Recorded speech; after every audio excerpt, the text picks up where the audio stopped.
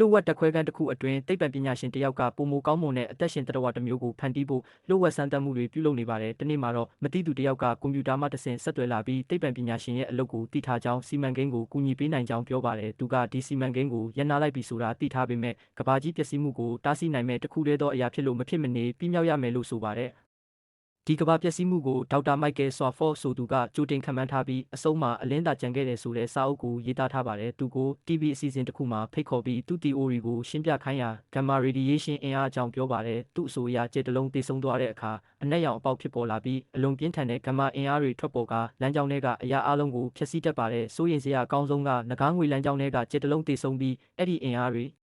ကမ္ဘာမြေကိုတိုက်ရိုက်လာနေပြီဆိုတာပါ theory သာဖြစ်သေးပေမဲ့ဘာမှမလုပ်နိုင်ရင်ကမ္ဘာပေါ်ရှိအသက်ရှင်မှုအလုံးပျောက်ကွယ်သွားနိုင်တယ်လို့သူစိုးရိမ်ပါတယ်။ဓာတ်ခွဲခန်းကိုပြန်ရောက်တဲ့အခါမိစ္ဆာလူကစမ်းသပ်မှုပြမြောက်ဖို့စမ်းသပ်ခံအတွက်အကောင်းဆုံးလူတစ်ယောက်ကိုရှာဖို့လိုအပ်တယ်လို့ပြောပါတယ်။အထူးသဖြင့်ကိုယ်တိုင်ကိုဖျက်ဆီးလိုစိတ်ရှိသူဖြစ်ရမယ်လို့ဆိုပါတယ်။အချိန်တော်ကြာရှာဖွေပြီးနောက်အရက်ဆွဲနေပြီးဒေါသပြဿနာရှိတဲ့လုံခြုံရေးဝန်ထမ်းဂျိုးစတီမန်ကိုတွေ့ရှိပါတယ်။အတိတ်ကာလမှာဂျိုးနဲ့သူ့ဇနီးဟီတာတို့ဟာသမီးဇိုးနဲ့အတူကမ်းခြေမှာပျော်ရွှင်စွာနေခဲ့ကြပါတယ်။အိမ်ပြန်မီအိမ်တိုင်းတစ်ခုကထူးခြားတဲ့အလင်းပြန်မှုကိုဇိုးမြင်တွေ့ပြီးဂျိုးကမော့စကိုနဲ့ဇိုးကိုချစ်တယ်ဆိုတဲ့ message ပို့နေတာလို့ရှင်းပြပါတယ်။နောက်ပိုင်းမှာဒုတိယသမီးရီယာမွေးဖွားဖို့စောင့်မျှော်နေကြပေမဲ့ဟီတာအနာမကျန်းဖြစ်ပြီးကွယ်လွန်သွားပါတယ်။ဂျိုးကဒီဆုံးရှုံးမှုကိုမကျော်လွှားနိုင်ပဲသမီးနှစ်ယောက်နဲ့ခွာခြားသွားပါတယ်။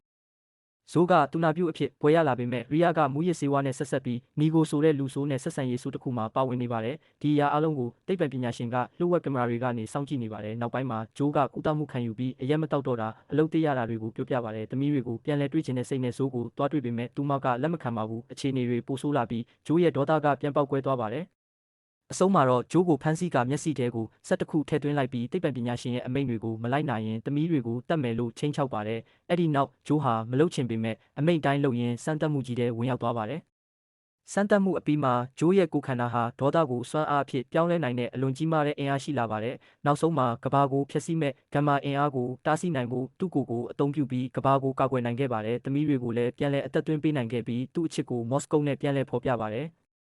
ဇက်ကားလေးကဒီမှာပဲအဆုံးသတ်သွားပါတယ်။အားလုံးလိုက်ပါကြည့်ရှုပေးလို့ကျေးဇူးအထူးပါဗျ။